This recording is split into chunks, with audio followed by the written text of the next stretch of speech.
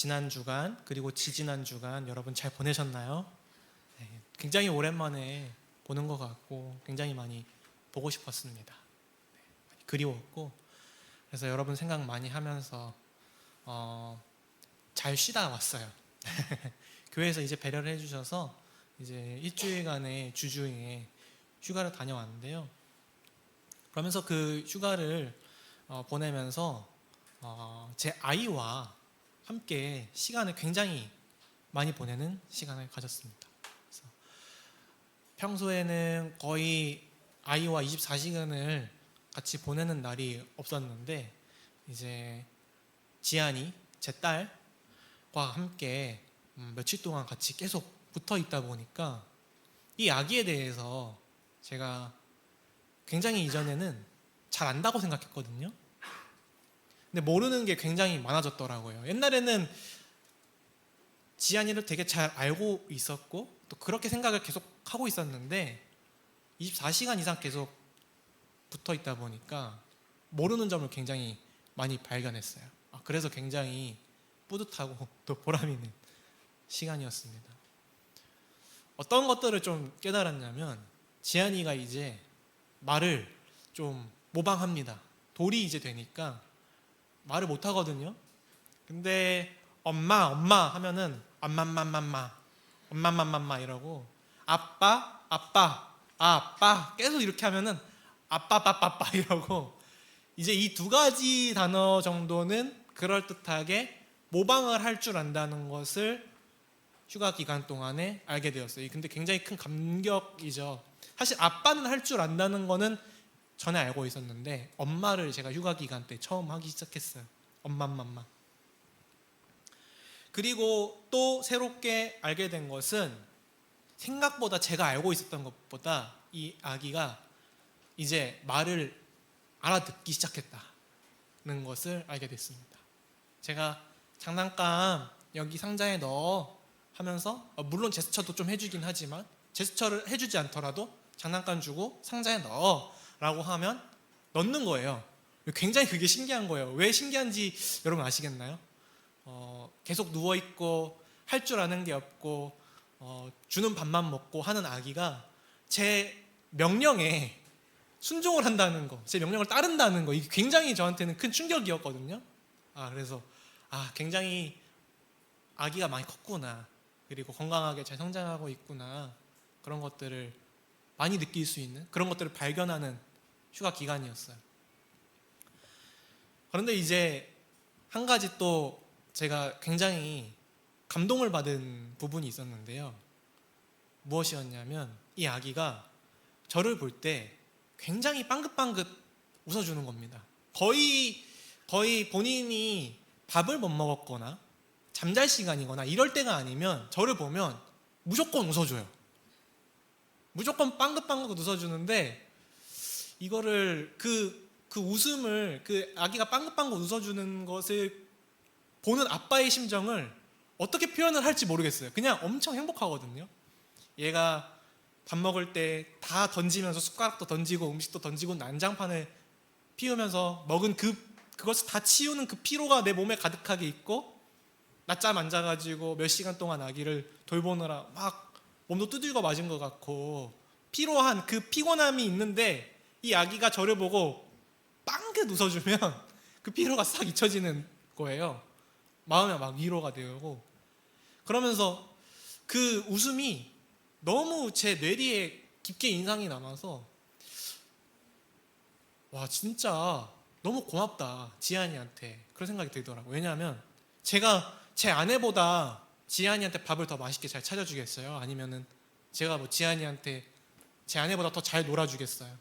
아니면 더 잘 재워주겠어요? 제가 저희 아내보다 잘 해주는 게 없는데도 그저 아빠라는 이유로 저를 보고 한박 웃음을 지어주는 그 모습, 물론 이제 먼 미래에 저를 보고 아빠 나가! 라고 하는 날이 올 수도 있을 것 같긴 한데 그때를 생각하면 굉장히 슬프지만 우선은 지금은 그 웃음이 너무너무 저에게는 큰 위로가 되고 감격이 되고 감사한 거예요. 그러면서 그런 생각이 드는 거죠. 나는 영의 아버지 되신 그 하나님을 생각하고 떠올릴 때마다 나도 하나님께 그렇게 한바구음 지어드리고 있는가? 내가 하나님의 존재를 그렇게 깊이 친밀하게 누리면서 정말 나도 그렇게 하나님을 즐거워하고 있는가? 기뻐하고 있는가? 이런 생각을 잠시 해보았습니다. 여러분들은 어떠신 것 같으신가요? 영의 아버지이신 하나님과 우리와의 관계가 떼야 뗄 수 없는 거죠. 또 지안이가 저와 제 아내 부모 없이는 살 수 없는 것처럼 우리는 하나님 아버지 없이 살 수 없는 존재이죠. 마찬가지로 예수님은 하나님의 몸을 입고 이 땅 가운데에 육신을 입고 오신 하나님이신데 그 예수님 없이 우리가 살 수 있을까요? 없을까요? 살 수 없습니다. 왜냐하면 우리는 영으로 만들어진 영적 존재이기 때문에 그래요. 하나님을 떠나서 예수 그리스도를 떠나서 우리는 결코 잘 살 수 없다. 그래서 성경에서 가르치는 것이 하나님을 우리 자녀들은 하나님의 백성은 떠나면 결코 안 된다. 그렇게 가르치죠. 그리고 예수님께서도 우리가 결코 예수님을 떠나서는 안 된다라는 것을 성경에서 반복적으로 말씀을 해주시는데 그것을 비유로 말씀해 주시는 말씀이 오늘 본문 말씀이 있는 포도나무 비유입니다. 포도나무 비유의 시작은 이렇게 시작하지요. 요한복음 15장 1절 우리 한번 같이 읽어보겠습니다. 시작. 나는 참 포도나무요 내 아버지는 농부라.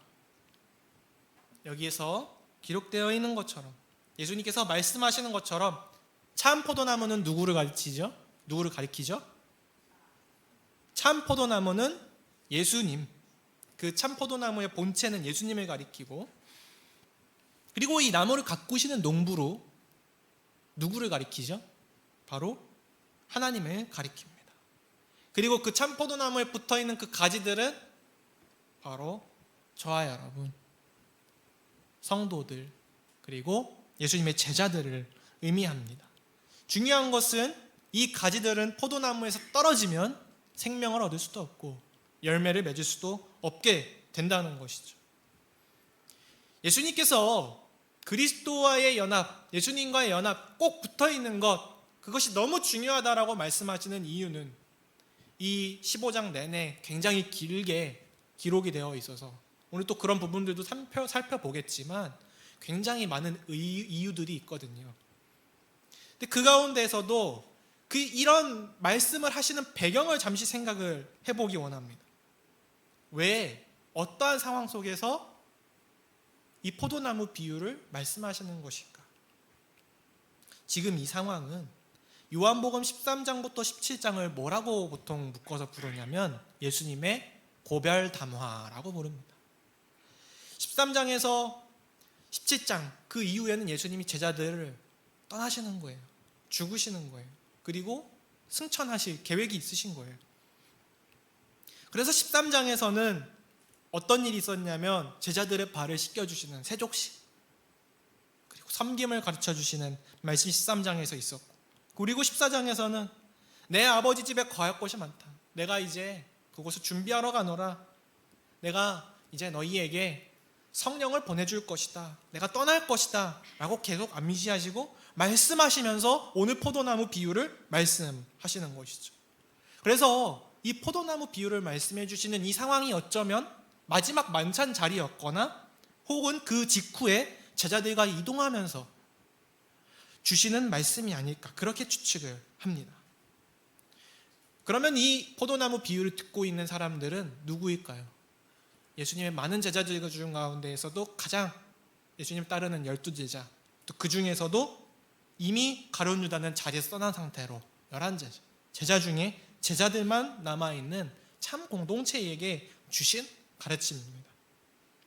그러니 이 말씀은 예수님의 참 제자들이라면 꼭 귀 기울여서 들어야 하는 매우 중요한 말씀인 거예요. 그래서 이 말씀을 사실 준비한 이유는 어제부터 제자훈련을 이제 우리 청년부에서 시작을 했는데요. 우리 하반기 제자훈련에 무려 8명이나 지원을 했어요. 박수할 일 아닙니까?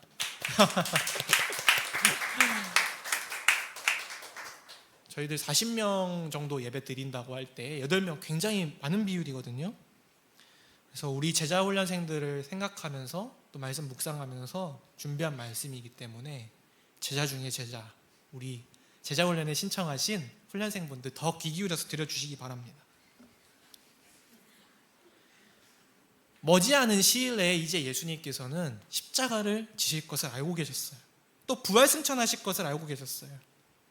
그 제자들이, 이 예수님 곁에 있는 제자들이 예수님은 지금 이 상황 속에서 결코 예수님을 떠나지 않고, 결코 하나님 떠나지 않고 살아가기를 원하셨던 것이죠. 근데 우리가 이 포도나무 비유에서 놓치는 부분들이 몇 가지가 있습니다. 그리스도와의 연합, 예수님께 붙어 있는 것, 그것이 가장 큰 주제이고, 예수님으로부터 떨어지면 안 되겠다, 이것을 우리가 분명히 기억하는데, 거기에 조금 더 디테일한 그 교훈들을 우리가 오늘 이제 말씀 시간에 살펴보기 원합니다. 자, 첫 번째로 우리가 이 포도나무 비유에서 꼭 기억해야 하는 첫 번째 교훈은 주께서 우리를 택하셨다, 주께서 제자들을 택하셨다 라고 하는 내용이에요. 16절이 어떻게 시작합니까? 제가 읽어드리겠습니다. 첫 그 앞부분만 읽어드릴게요. 너희가 나를 택한 것이 아니요 내가 너희를 택하여 세웠나니 라고 기록이 되어 있죠.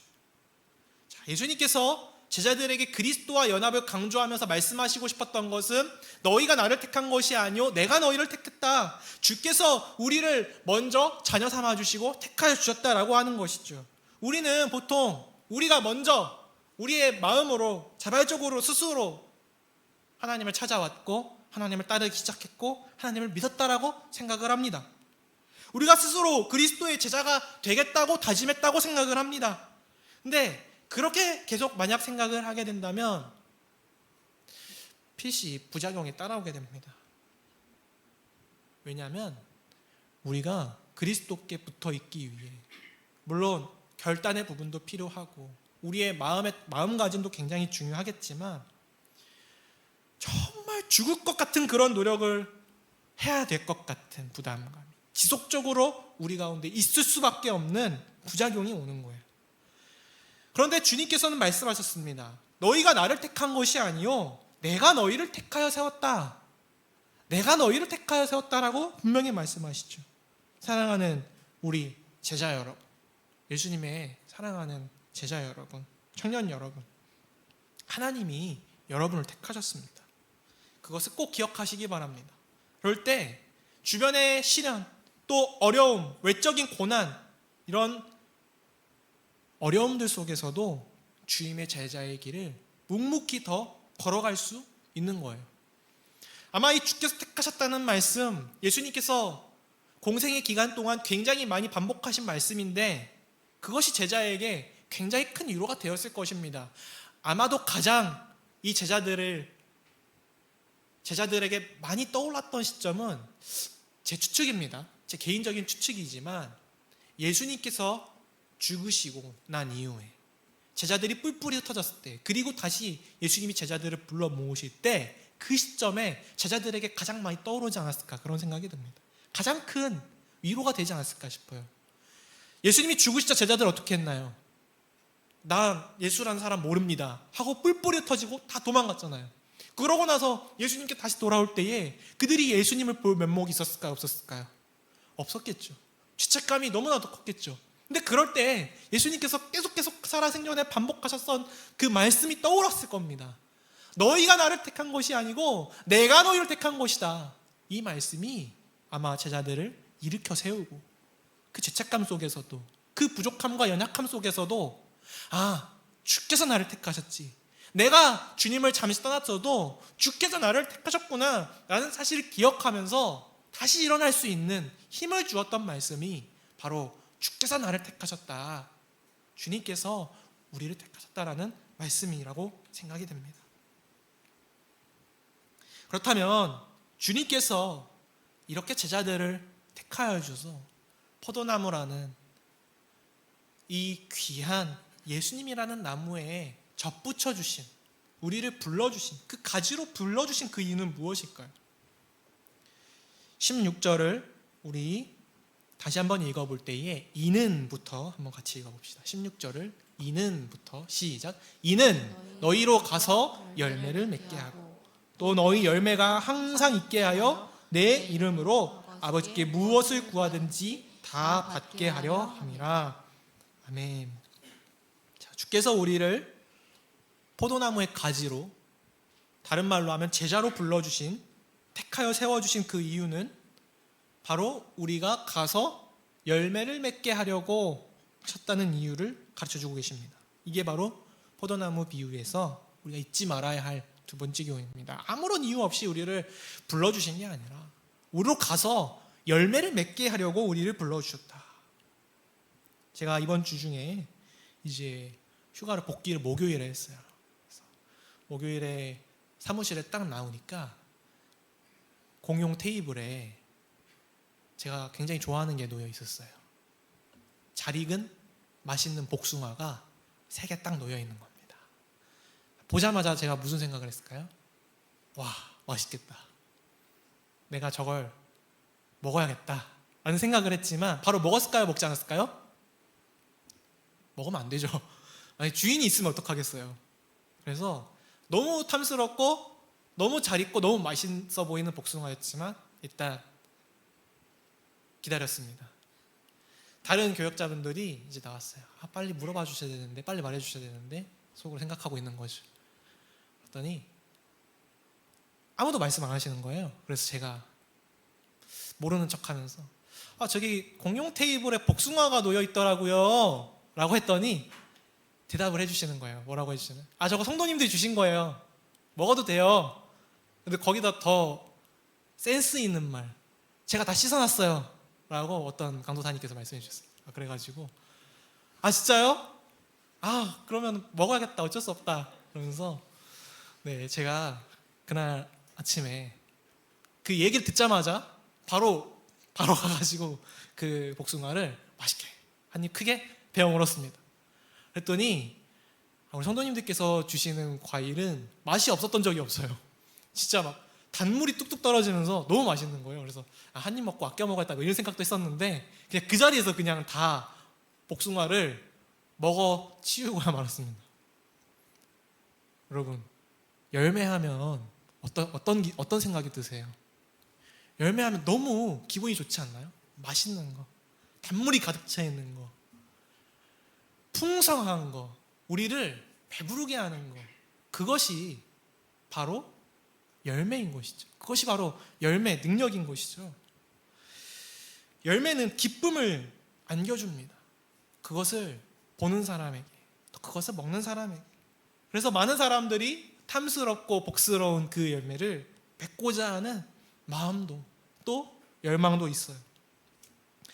그런데 그 열매가 이렇게 탐스럽게 맺혀져 있으면 너무 좋은데 그 열매를 저와 여러분이 교회에서는 맺어야 한다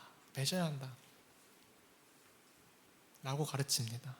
그렇게 되면 내 열매는 조금 자꾸 부족한 것 같은데, 나는 그렇게 탐스러운 열매를 맺을 수 없을 것 같은데, 혹은 나는 열매를 맺을 수 있는 능력이 지금 부족한데 라고 생각이 들면서 뭔가 좀 부담이 되진 않나요? 특히나 이 요한복음 15장에서 말씀하는 이 열매는 굉장히 많은 의미들을 담고 있는 것 같아요. 열매라고 하면 우리 성경에서 말하는 열매, 성령의 9가지 열매도 떠오르죠. 우리의 내면에서 이루어지는 내면적인 변화들도 열매라고 할 수 있겠고, 또 어떤 열매가 있을까요? 우리가 다른 사람들을 돕는 헌신과 수고의 열매도 열매라고 할 수 있겠죠. 조금 더 복음과 구원과 결부시켜서는 우리가 누군가를 전도해서 그 사람이 예수님을 믿게 되었을 때에 또 그것도 열매 맺는다라고 표현합니다. 이처럼 열매라고 하는 것에는 어떤 단편적인 한 가지 의미만 있는 게 아니라 굉장히 많은 것들을 이 사도 요한이, 그리고 예수님께서 열매를 비유로 말씀하실 때는 이 안에 굉장히 많은 것들이 응축되어 있기 때문에 비유로 말씀해 주신 거예요. 그래서 우리에게 이렇게 많은 열매들을 내가 어떻게 맺지? 굉장히 많이 부담이 드는데, 너무 위로가 되는 말씀이 그 뒤에 이어져 등장합니다. 우리 다시 한번 16절의 뒷부분을 같이 읽어볼 텐데요. 내 이름으로부터 같이 읽어봅시다. 시작. 내 이름으로 아버지께 무엇을 구하든지 다 받게 하려 함이라. 내 이름으로 아버지께 무엇을 구하든지 다 받게 할 거야. 16절 전체를 한번 띄워주실 수 있으시면, 아니면 앞부분부터 띄워주실 수 있으면 띄워주시면 감사하겠습니다. 잘 보시면 16절을 원문에 가깝게 지역을 해보면 내가 너희를 택하여 세웠다. 왜? 그 첫 번째 이유는 열매 맺게 하기 위하여. 그리고 내가 너희를 택하여 세웠다. 두 번째로 너희가 가서 내 이름으로 무엇이든 아버지께 구하면 그것을 너희가 받을 수 있게 하기 위하여 너희를 택하여 세웠다. 그것이 바로 제자를 택하신 이유라고 말씀하시는 거예요. 그러면 우리가 열매 맺기 위해서 뭘 하면 되겠습니까? 뭘 하면 되겠습니까? 주님께, 하나님께 구하면 되겠네요. 기도해야만 합니다. 무엇을 구하든지 열매 맺기 위해서라면 아버지께 다 예수 그리스도의 이름으로 구하면 어떻게 해주신다? 주신다. 허락해 주신다. 여러분 꼭 이것을 믿음으로 구하시기를 주님의 이름으로 축복합니다. 그래서 이 말씀의 근거에서 특별히 기도 요청을 드립니다. 우리 제자훈련생들, 제가 이름 불러드릴게요. 권소영, 김민정, 안동현, 오하은, 이성경, 이혜서, 장다현, 정재희 8명의 제자훈련생들을 위해서. 여러분 이 8명의 제자훈련생들이 제자훈련 기간 동안 그 모진 훈련의 그 기간들을 다 이기고 수료할 수 있게 해달라고, 또 열매 맺게 해달라고, 그 열매를 볼 수 있게 해달라고. 제가 훈련생들 한 사람 한 사람 인터뷰를 하면서 제가 사정을 듣고 상황을 듣고 또 깊이 알아가면 알아갈수록 어떤 생각이 드냐면, 죄송합니다, 애처롭다는 생각이 많이 들었어요. 굉장히 바쁘고 제자훈련 받을 수 있는 시간적인 여력이 없고 일상에서 고군분투하면서 살아가고 있고 숨가쁘게 살아가는 가운데서도 내가 조금 더 제자다워지고 싶다. 예수님 따라가는 사람이 되고 싶다. 예수님을 따라서 그 희생과 그 헌신의 길을 한번 걸어가 보고 싶다. 예수님을 더욱더 깊이 알아가 보고 싶다라고 자원한 사람들이 8명인 거예요. 그래서 우리 플로우 청년부 3기 수료생들이 8명이 될 수 있도록 많이 예수 그리스도의 이름으로 간구해 주시기를 부탁드리고 요청드립니다. 마지막으로 우리가 이 포도나무 비유에서 놓치지 말아야 될 것, 기억해야 될 것은 이 열매의 핵심과 본질은 곧 사랑이라고 하는 것입니다. 17절 말씀 한번 함께 같이 읽어보십시다. 내가 이것을 너희에게 명함은 너희로 서로 사랑하게 하려 함이라. 아멘. 25장에서는 이 사랑이라는 말도 굉장히 많이 반복되는데 예수님의 제자인 우리 사랑의 열매를 맺어야 할 것이다. 무엇을 사랑합니까? 기본적으로 하나님을 사랑하고 예수 그리스도를 사랑하고 그리스도의 말씀을 사랑하고, 그리고 우리가 이웃을 사랑하고, 그리고 우리가 서로 제자들 가운데 제자들이 서로 사랑하는 것, 그것이 바로 제자가 맺어야 할 열매의 본질이라고 하는 것이죠. 그리스도께서 우리를 택하시고 가지로 접붙여 주신 그 이유가 바로 서로 사랑하도록 하기 위해서라는 말씀입니다. 그래서 제자도의 핵심 표시 중 하나는 사랑입니다. 사랑. 예수님을 믿고 따르는 사람에게는 늘 따라와야 되는 것, 그것이 바로 사랑인 것이죠. 사랑보다 미움이 쉽습니다. 사랑보다 더 쉬운 것, 무관심이 더 쉽습니다. 대표적으로 보여준 노래가 뭐예요? 제가 요새 자주 흥얼거리는 왔다네 정말로, 그 다음 안 부를게요. 잘 못 따라할 것 같았어. 멸종위기 사랑이라는 곡을 굉장히 많이 제가 듣고 있는데 비비드 라라 러브랑 이렇게 연결해서 뮤직비디오가 나왔잖아요. 이 곡에 이런 가사가 있죠. 좀 전에 불렀던 것처럼 왔다네 정말로 아무도 안 믿었던 사랑의 종말론. 근데 이 사랑의 종말론이 어떻게 들려요? 사랑의 정말로 이렇게 들리잖아요. 이 곡이 비비드 라라 러브 앞에 있는 곡과 연결되어서 비비드 라라 러브의 그 가사 내용을 보면 참 사랑이 어디에 있는가 어떤 친구와의 대화를 통해서 그것을 보여줘요. 근데 이 멸종위기 사랑에서 사랑이 다 이 시대에 사라졌다, 멸종했다 그렇게 이야기하는 것 같은데, 근데 back in the day 한 사람당 하나의 사랑이 있었대 라고 말하면서 그 back in the day 한 사람당 하나의 사랑이 누구예요? 가장 본질적으로 보여주는 사랑이 예수 그리스도의 사랑이라는 것을 이 비비드 랄랄러 멸종위기 사랑 이 곡들에서 보여주고 있는 거예요. 아, 예수 그리스도의 사랑이 이 사랑이 멸종한 시대의 유일한 답이구나, 구원이구나, 그것을 노래하고 있습니다.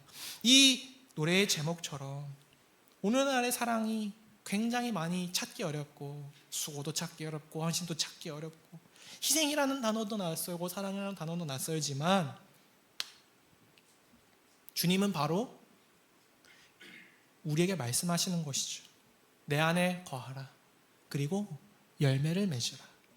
그 열매는 곧 사랑이다. 세상 속에서 사라져가는 그 사랑을 다시 끄집어내서 보여주고 드러내고 알려주는 것이 제자의 사명입니다. 사랑하는 우리 청년 여러분, 저와 여러분들이 세상 속에서 여러분들이 있는 모든 자리 가운데에서 알랄이 열매 맺는 삶을 살아가시기를 간절히 소망합니다. 열매 맺는 신앙생활을 하시기를 축복합니다. 이 학기에는 하나님께서 우리 청년부에 그리고 여러분 한 사람 한 사람 각각에게 주시는 풍성한 열매가 특별히 사랑을 본질로 하는 넘치고 탐스러운 열매가 우리 플로우 청년부 모든 지체들에게 맺어지기를 축복합니다. 그런데 열매 맺는 일이 쉽기만 한가요?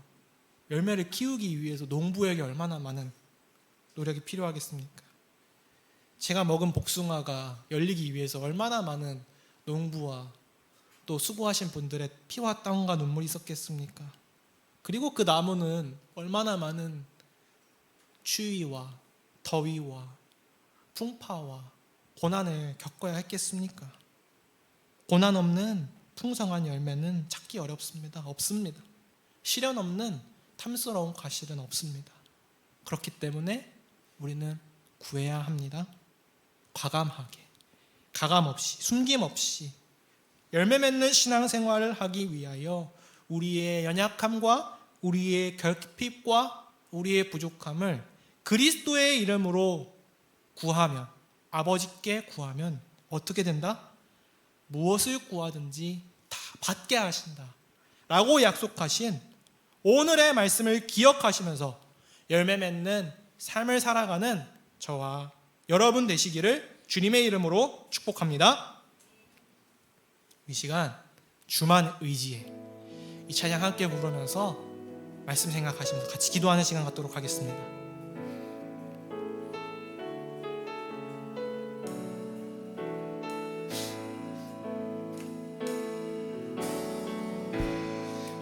의지했던 모든 것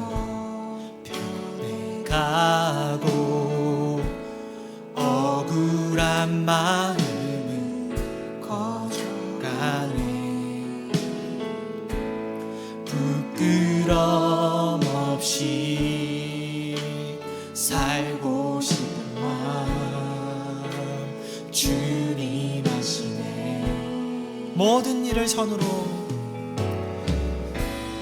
모든 일을 선으로 이겨내고 죄의 유혹을 따르지 않네.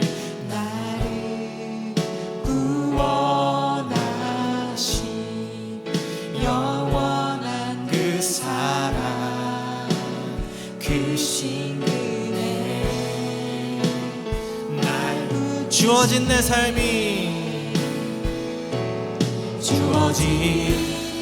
삶이 작게만 보여도 선하신 주 나를 이끄심 보내 주심을 보시는 주님만 따르네. 날 택하신 주만 의지해. 보이는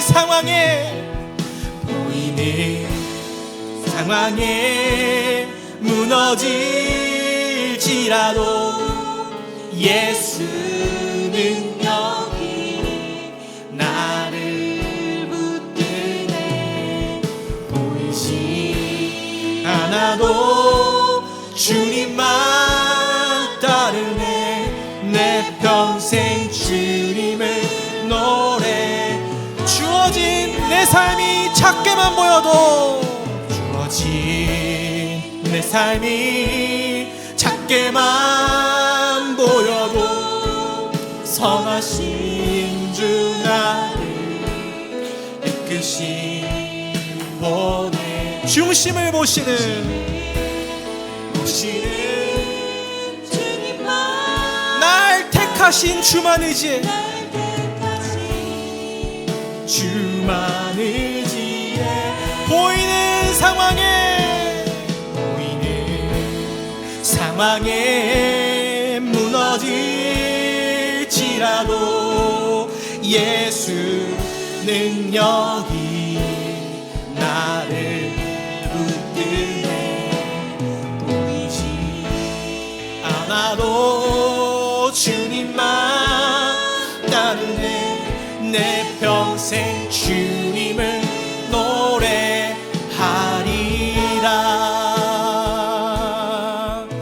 여러분, 이 시간 우리 함께 같이 기도했으면 좋겠습니다. 우리는 주님께 붙여진 존재입니다. 주님을 떠나서는 열매 맺을 수 없는 존재입니다.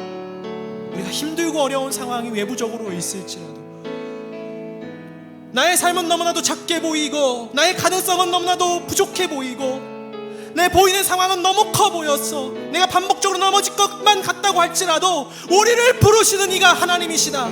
우리를 부르신 이가 예수 그리스도시다. 그분이 우리를 부르신 이유는 우리를 열매 맺게 하시려고, 우리가 그리스도의 이름으로 아버지께 무엇이든 구하면 그것을 허락해 주시려고, 우리가 가는 곳곳마다 풍성한 사랑의 열매를 맺게 하시려고 우리를 부르셨사오니, 우리가 함께 같이 기도할 때에 주님, 저를 불러주신 은혜를 기억하며 이 세상 속에서 열매 맺는 제자의 삶을 살아갈 수 있도록 도와주시고 능력 주시옵소서라고 우리 시간 주님의 이름 크게 한번 외치고 같이 기도합시다. 주여! 놀랍고 내가 충만하신 하나님, 부족하고 연약하고 가망 없고 가능성 없는 저희들을 주님의 자녀로 이 세상 가운데 빛과 소금으로 제자로 불러주신 아버지 하나님의 그 놀라우신 은혜에 감사합니다. 우리를 가지로 여겨주셔서 우리를 당신의 나무에 붙여주셔서 우리에게 필요한 자양분을 날마다 치마다 때마다 공급하여 주시고, 우리가 주의 이름으로 아버지께 무엇을 구하든지 우리에게 허락해 주시려고 우리를 제자로 불러주사오니, 우리의 있는 현재 그 자리가 너무나도 부담스럽고 열매 맺기 어렵고 지치고 하나님 아무것도 앞이 보이지 않을 만큼 캄캄할지라도 우리를 더위가 힘들게 하고 또 우리를 고난이 힘들게 하고 역경이 힘들게 하고 문제가 우리를 힘들게 한다고 할지라도 우리를 견디게 하시느니, 우리로 미래를 보게 하시느니, 우리를 소망을 품게 하시느니, 그분이 우리를 품어주시니, 우리를 불러주셨사오니, 우리를 택하여 주셨사오니, 주여, 사랑하는 주의 제자들이, 특히나 이 제자 훈련에 자원한 8명의 제자들이 주님이 훈련을 받는 훈련 기간 동안 더욱더 주님을 깊이 알아가고 제자로서 많은 열매를 맺어가며 서로 사랑으로 보듬고 품으며 이 세상과 이 공동체와 이 민족을 품기에 사랑하기에 부족함이 없는 제자들로 주께서 성숙시켜 주시고 성장시켜 주시옵소서. 우리의 능력은, 나의 능력은 보잘것없으나 주님의 능력을 믿고 신뢰하고 의지하오니, 주여, 주께서 가꾸시고 주께서 어루만지시고 주께서 보듬어 주시고 주께서 역사하여 주시고 일하여 주시옵소서. 주님 간구합니다. 주님 간구합니다. 주님 간구합니다. 주님, 그렇게 우리가 주님 안에서 부지하고 풍성한 열매 맺는 삶을 살아갈 수 있도록 사랑과 은혜가 많으신 주님, 저희로 가서 열매를 맺어야 한다라는 주님이 말씀이 때로는 우리에게 너무 버겁게 느껴지고, 우리에게 보내주신 자리가 너무나도 크게 여겨지고, 나의 가능성과 나의 능력이 붙인다고 느껴질 때에 그 상황 속에서 좌절하고 절망할 수밖에 없었던 연약한 저희들이 주님 앞에 고백합니다. 주님, 그러나 주께서 우리를 택하여 주신 이유, 주께서 우리를 자녀로 불러주신 이유, 주님께서 우리를 제자로 택하여 세워주신 이유는 우리로 가서 열매 맺게 하시려고, 그리고 예수 그리스도의 이름으로 무엇이든지 아버지께 구하면 다 얻게 하시려고 우리를 택하여 세우셨다는 사실 주께서 허락하여 주시고 알려주셨사오니, 주님, 이 말씀 마음 가운데 깊이 새기고 살아갈 수 있게 도와주옵소서.